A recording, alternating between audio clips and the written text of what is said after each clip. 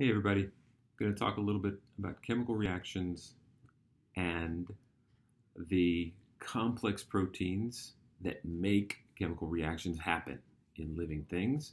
Those are enzymes.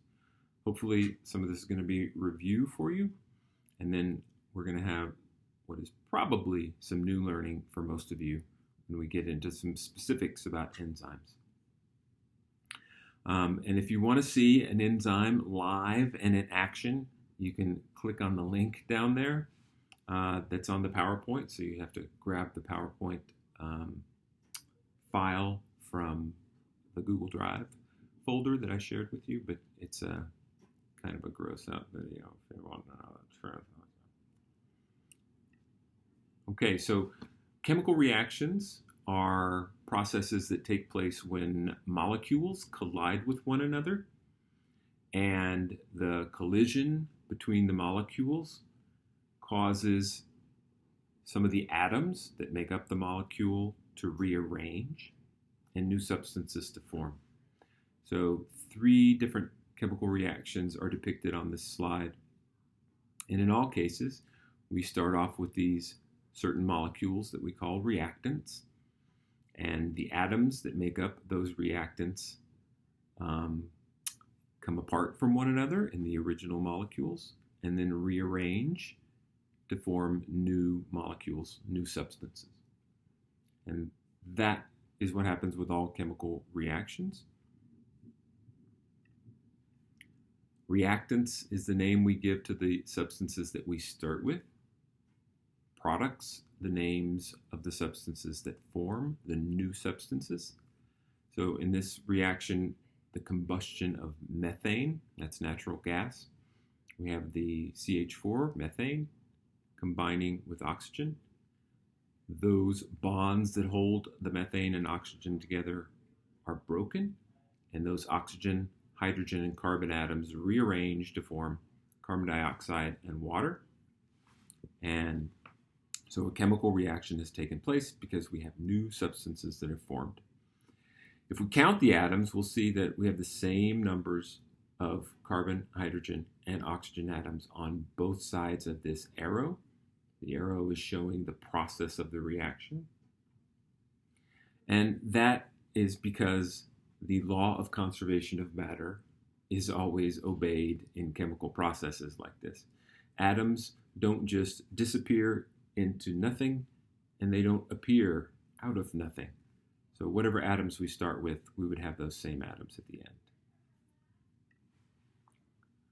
Whenever chemical reactions take place, there tends to be energy changes involved.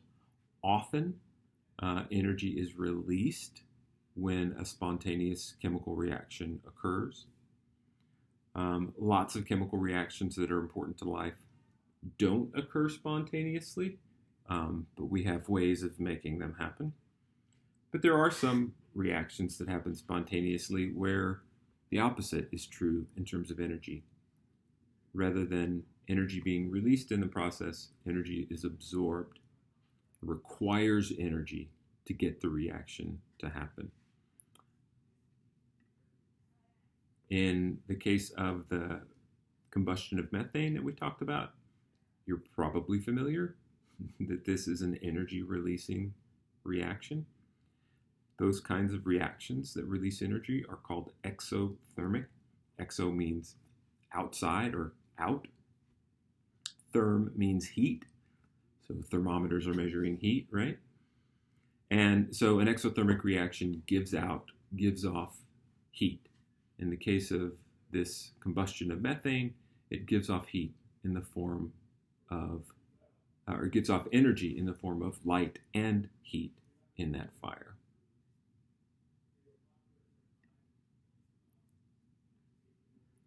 So we can graph the changes that take place during a chemical reaction in terms of the energy. And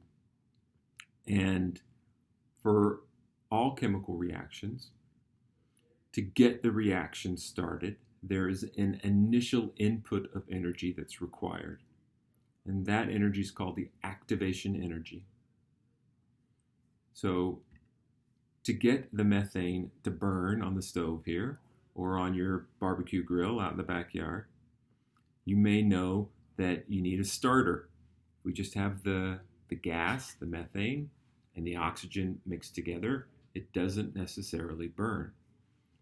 But an igniter or a starter will send very hot sparks into that mixture of gases, and that little spark of high temperature is enough to get the reaction going.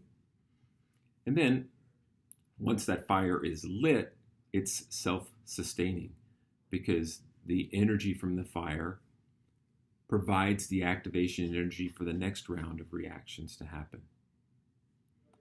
If we have an energy absorbing or endothermic reaction, we have an even bigger energy hill to climb to get the reaction started. And then at the end, we have products that are formed that have more energy than the reactants we started with. And that amount of energy is the amount that would need to be absorbed from the environment to get that to happen. So that's some general stuff about chemical reactions. Let's talk specifically about enzymes and what their role is in making chemical reactions happen inside of cells. Enzymes are catalysts. A catalyst is anything that speeds up a chemical reaction. And like other catalysts, enzymes do that by lowering the activation energy, lowering the amount of energy required for a chemical reaction to take place.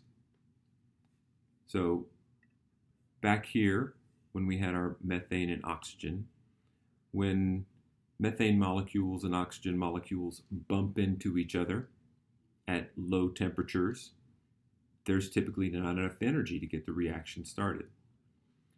But if we throw that spark in there, and those few molecules that are close to that spark are raised to a much higher temperature, now they've got the energy that they can get the reaction started.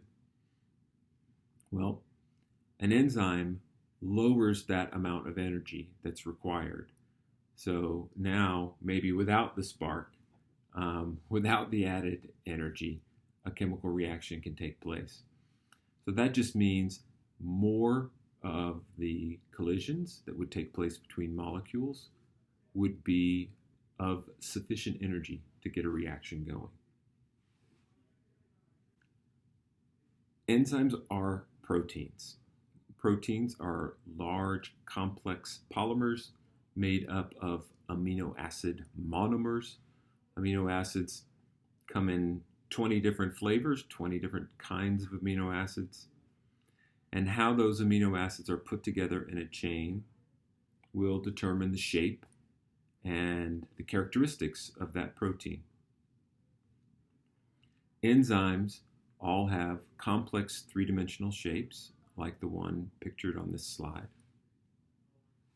And all of those enzymes would have a shape that would be complementary to whatever substance it was intended to react with. So in biochemistry, we assign a specific name to the molecules that are the reactants in a chemical process. We call them substrates. So here's a substrate molecule. That is the reactant in this process. And here we have the enzyme that works with that substrate molecule. The active site of that enzyme is about the same size as the substrate, so that it fits in there nicely. And all of these atoms in the area around the active site would be ones that would attract the substrate. So that if you have substrate molecules in the vicinity of an enzyme, it's very likely that they will attract one another and the substrates will interact with the enzyme. Once they are there, this process will take place. And I typed out some descriptions, and I don't want to just read over my typing. So I'm going to let you pause the video here, read over those descriptions, and see if that makes sense, this cycle that takes place with the proteins and the substrate molecules that they interact with. This particular example is a reaction that takes place in the process of cell respiration. Finally, a little bit about regulating enzyme activity. Enzymes, like lots and lots of proteins, they have this complex three-dimensional shape, very precise arrangements of atoms, and the attractions, the forces that hold together that complex shape are relatively weak. So it's easy to mess up a protein. If you put a protein into a harsh chemical environment, if you add some acid, if you add some strong base, something that changes the pH, the acidity of the environment, that can change the shape of the protein. And if an enzyme like the one pictured here doesn't have that just right shape, it can't interact with the substrate, and therefore it can't speed up the chemical reaction. High temperatures are another thing that can mess up an enzyme. And most of you have fried or cooked an egg. Maybe not. Maybe you're vegan and you've never done that. Most of you are familiar with the fact that, like a raw egg, the egg white is clear. That egg white is mostly one kind of protein called albumin. And when you cook the egg, it changes that protein, just the way we were talking about with pH and acid could change the shape of the protein. High temperatures can change the shape of a protein. And you can visibly see the change taking place when you cook an egg. And that can happen with an enzyme too. You can more or less cook an enzyme and mess up that enzyme by exposing it to too high a temperature. Last bullet there says that high concentrations of enzyme or substrate will result in more frequent meetings of those molecules, and so a faster reaction. That's true of any chemical reaction, whether there's an enzyme involved or not. If you have more of the molecules in a given space, there are going to be more collisions between those molecules, and therefore the possibility of more chemical reactions in a given amount of time.